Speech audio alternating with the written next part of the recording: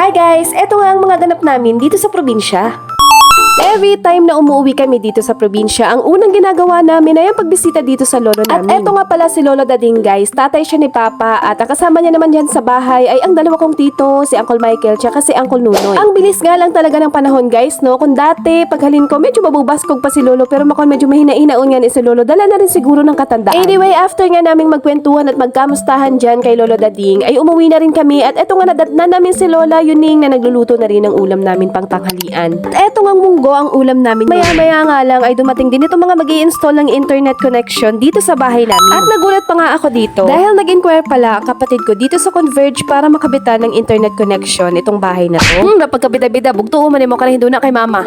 Char! Anyway, matagal na rin naman talaga naming plano na magpakabit nga ng internet connection dito sa bahay. Kaya nung pag-uwi namin ay eto agad ang first project namin. At nang matapos ngang ma-install ang wifi, ay eto at kinonect naman namin agad itong TV sa internet. At pagdating nga ni mama dito guys, bala ko nga sana siyang kaya lang nung nalaman niyang 1.7 nga yung binayaran namin at magmamanti siya ng 700 ay nag-init ratang kugo.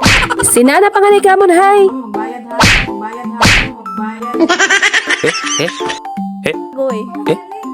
Agoy, ma. Abaw, raka iso.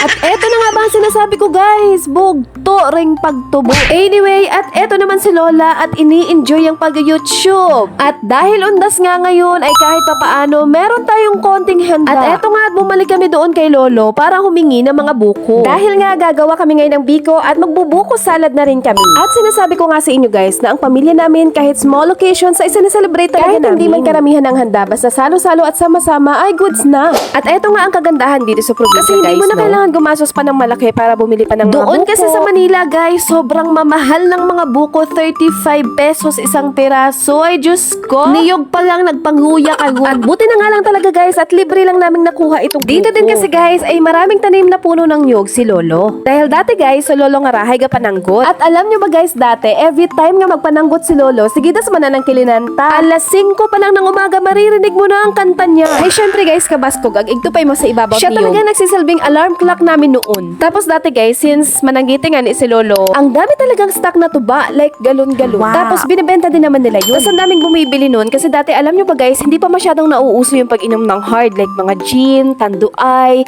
tuba talaga yung iniinom nila dati at bumibili sila doon kila Lolo. Tapos diba ang daming ang puno ng nyog na inaakyat ni Lolo. Tapos syempre, kababo manday na ng mabuo nga tuba. Tapos diba manday karon guys, kinaubra ng dangaga. Kaya dati hindi talaga kami nawawala ng sukang tuba. Masarap pati yung sukang tuba. Lalo na kapag na-ferment talaga siya, ay grabe, sarap sa ito mga gawa nga to guys. Syempre, ginabaligya man dahil to nanda. Anyway, at mabalik nga tayo dito sa kinuha naming mga buko at buti na nga lang talaga at nandito si Clifford at siya nga ang umakyat para kumuha ng mga buko. Grabe, isang puno lang yung kinuhaan namin guys. Naka-10 piraso ata kami niya. Wow. Sobrang siksik, mamunga ng mga nyog dito. Naku, kung bibilhin mo yun, magkano din yun, B? Anyway, at eto nga at inumpisa na rin buksan ni Clifford yung mga buko. At eto nga ang masarap na inumin ng fresh na sabaw ng buko. Unti nga lang yung lulutuin naming pagkain ngayon guys, since kami nga lang din naman dito. At eto nga sa kabilang banda si Pururo nagamoment. At nang matapos kang buksan ni Clifford, yung mga buko ay eto naman si Lola at si Mama. At inuumpisa na nga nilang tanggalin ang laman ng mga buko. Ang alam ko talaga dito guys ay gagawin naming salad. Pero harap si Mama, bakas na matimuroan ng mga nabubuo. At sa kabilang banda nga ay eto at nakapagsaing na rin kami ng malagkit para sa biko. Legendary talaga tong biko guys, no? Present sa lahat ng uri ng handaan. Alam nyo, habang nandito ako, naaalala ko tuloy yung mga dati namin ginagawa dito sa probinsya. Iba pa rin talaga kapag nakauwi ka ng probinsya. Yung feeling na nakabalik ka sa lugar kung saan yung ka lumaki. Yung sayang kahit kailan ay hindi mabibili ng kahit anong pera. Iba pati ang amoy ng hangin dito, sariwa at amoy kalikasan. Hindi siya amoy uso, kundi amoy bundok. Yung tipong kahit may mga tao pa rin dito, parang mas tahimik pa rin ang paligid. Hindi katulad sa city na laging may nagmamadali, laging may ingay. At dito kahit simpleng pagkain lang ang sarap. Iba pa rin talaga ang timpla ng luto dito. Kaya iba talaga kapag nakakauwi ka sa probinsya, kahit sandali lang, ramdam mo yung peace at saya. And you know, it's refreshing to just slow down and reconnect with family, friends, and everything around you. And eto nga at piniprepare ko naman yung mga kakailanganin ko ingredients para sa lulutuin kong carbonara. Toka-toka nga kami ng pagluluto dito. Si Mama ang in charge nga doon sa mga potahe, si ate naman sa lumpia at pansit. Tapos ako naman ay itong carbonara at biko. At eto nga at first time ko lang gagawa nitong biko. Hindi talaga ako nagluluto o gumagawa ng bikong ito kapag nandito kami dahil si Daniel talaga ang nakatoka para dito. Pero ngayong taon nga ay hindi siya nakauwi ngayong undas, kaya naman ako na ang nagluto.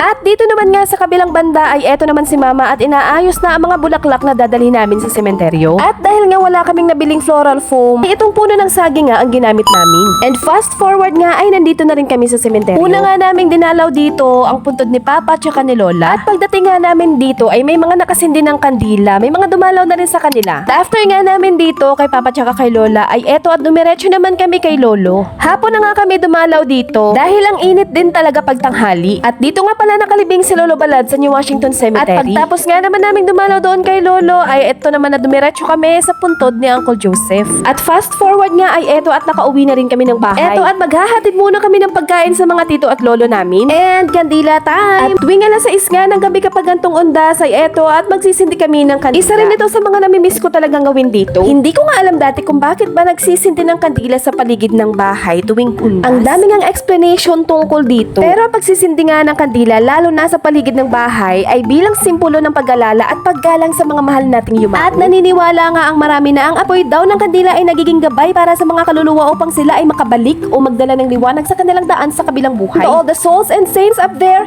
eto po ay para sa inyo. And after nga namin magsindi ng kandila dyan ay eto at ginawa ko na rin ang pangbuko salad. At ganito nga lang kasimple ang paggawa nito. Eto talaga ang isa sa mga pinaka-paborito ko.